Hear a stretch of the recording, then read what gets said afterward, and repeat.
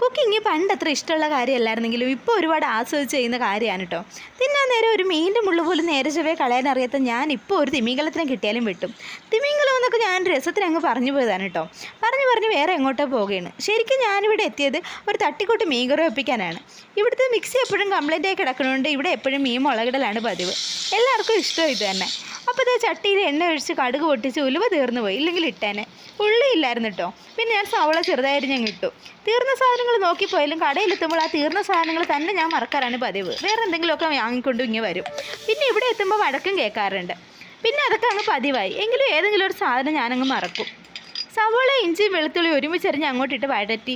പിന്നെ മുളക് പൊടി മല്ലിപ്പൊടി മഞ്ഞപ്പൊടി ഇട്ട് മൂപ്പിച്ചിട്ട് വെള്ളം ഒഴിച്ച് പുളി ഇട്ട് ഉപ്പ് ഇട്ടു.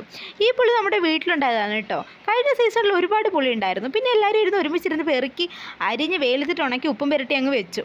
പിന്നെ തിള വന്നപ്പോൾ മീനും ഇട്ട് വറ്റിച്ചെടുത്തിട്ടോ. അപ്പോൾ ഇത്രയേ ഉള്ളൂ. ഇത്രയായപ്പോൾ തന്നെ എനിക്ക് നല്ല ഉറക്കം വരുന്നുണ്ടായിരുന്നു. പിന്നെ കുറച്ച് നേരം അങ്ങ് നിന്നു. മീനൊക്കെ അങ്ങ് വേവിച്ചെടുത്ത് കറിയൊക്കെ ആയി ചോറൊക്കെ കൊണ്ട് പോയി കിടന്ന് ഉറങ്ങി. അപ്പോൾ നമ്മുടെ ഈ ചാനൽ ഒന്നും മറക്കാതെ സബ്സ്ക്രൈബ് ചെയ്തേക്കണേ മക്കളെ.